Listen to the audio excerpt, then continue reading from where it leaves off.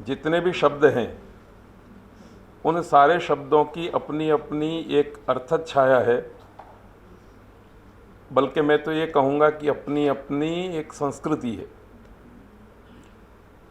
उसको डिक्शनरी में हम कैद करके नहीं रख सकते। इसलिए परिवार शब्द है, कुटुंब है, समाज है, ब्रह्मांड है, ये सारे शब्द जो हैं ना वो अपनी अपनी अर्थ छाया रख करके बैठे हुए हैं। इसलिए संस्कृत शास्त्रों में परंपरा आई कि आप किसी शास्त्र को बना रहे हैं और उस शास्त्र में जिन शब्दों का प्रयोग करने वाले हैं, अर्थात उसमें जो टेक्निकल वर्ड्स यूज करने वाले हैं, पहले उनको डिफाइन कर लीजिए। ठीक है?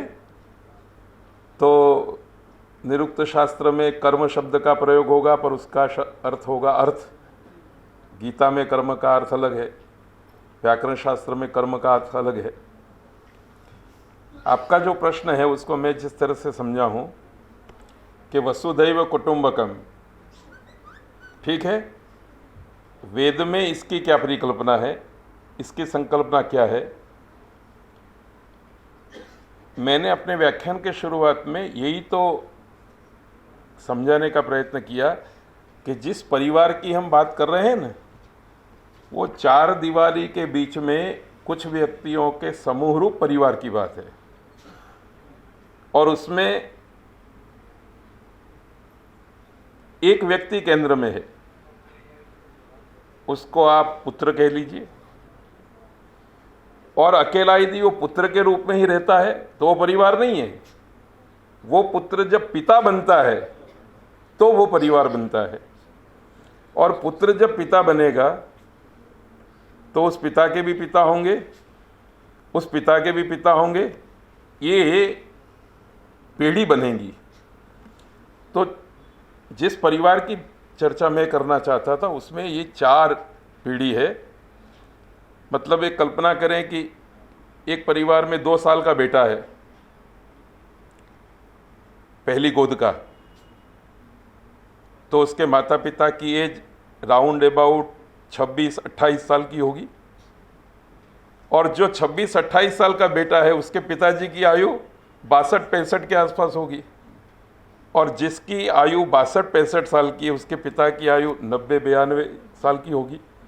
आजकल ऐसी 4 पीढ़ी परिवारों में मिलना नामुमकिन नहीं है। तो परिवार ये है। इस परिवार की मैंने बात कही। जो व्यापक ख्याल है परिवार का, उसमें परिवार शब्द का अर्थ अलग है। वो क्या है, उसकी अर्थ छाया भी इन सब बच्चों के लिए समझानी जरूरी है। मानो कि यहाँ इतनी कुर्सियाँ हैं, आप एक चद्दर ला करके इसके ऊपर ढक दो और बाहर से आप देखो तो कितनी कुर्सियाँ दिखाई देंगी,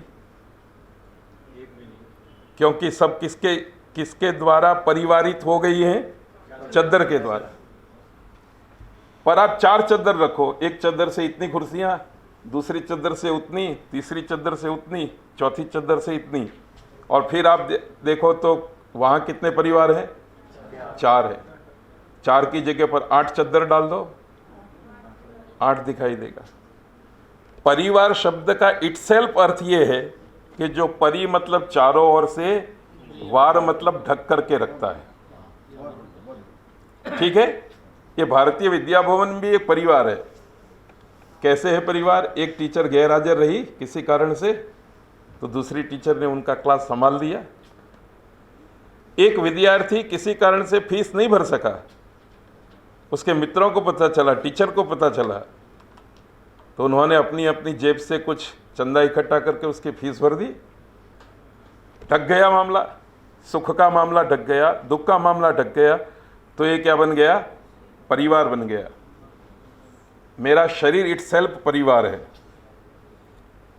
क्योंकि आँख, नाक, कान सब एक विचारों से ढके हुए हैं। मेरे कानों ने सुना कि आपने मेरे से प्रश्न कर दिया है, पैरों ने कहा कि अरे भाई खड़े हो, स्पीकर तक जाना पड़ेगा, माइक्रोफोन तक जाना पड़ेगा, और मुंह को कहा गया कि आपको उत्तर देना है। तो आपके प्रश्न का उत्तर देने के लिए केवल मेरा मुंह अकेला सक्रिय नहीं हुआ है, जितने अंग सक्रिय हो गए वो भी इटसेल्फ एक परिवार है। इसलिए अकेला परिवार शब्द अलग अलग जगह पर अलग अलग रूप से आएगा। कुर्सी में भी उसका पैर, पीठ, सीट, ये भी उसके परिवार के अंग है, पर वो कुर्सी का परिवार है, टेबल का परिवार है। इस दृष्टि से परिवार शब्द वहाँ जाएगा। हमारी संस्कृत की ट्रेडिशन ये है कि मैं आपके बीच में परिवार की बात करूं ना, तो सबसे पहले मुझे डिफाइन कर देना चाहिए कि मैं किस परिवार की बात करता हूं। इसीलिए मैंने परिवार के सदस्यों की संख्या को रखने का प्रयत्न किया। पूरे देश के अंदर, पूरे विश्व के अंदर एक ही वाद आ जाए, चाहे माओवाद आ जाए, चाहे साम्यवाद आ जाए, तो पूरा विश्व क्या बन जाएगा? एक परिवार बन जाएगा। सभी चारवाक बन जाए, हमारी तो इच्छा ही है नहीं? सभी तालिबान बन जाए, क्यों जी? नहीं, आप मना क्यों करते? झगड़ा तो तब है ना कि मैं तालिबान बनूं और आप तालिबान ना बनो। भाई राक्षस बनना है तो राक्षस बन जाओ, देव बनना है तो देव बन जाओ, है नहीं? लुटेरे बनना है तो लुटेरे बन जाओ। मैं आपके घर में लूट लूं, आप मेरे घर में लूट लो, लुटेरों का काम बसा लो, फिर किसको फरियाद करनी है?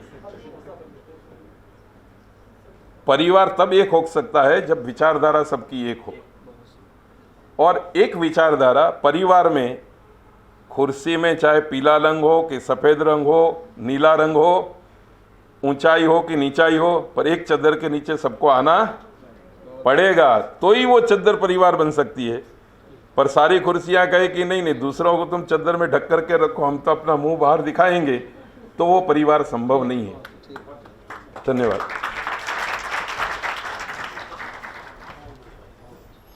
सब नीली छतरी वाले के नीचे आ जाओ, एक छतरी के नीचे। ऐसा डॉक्टर साहब ने आपके सामने रखा है। और अब अध्यक्षीय भाषण के लिए मैं बुला रहा हूं डॉक्टर प्रोफेसर वेदपाल शास्त्री।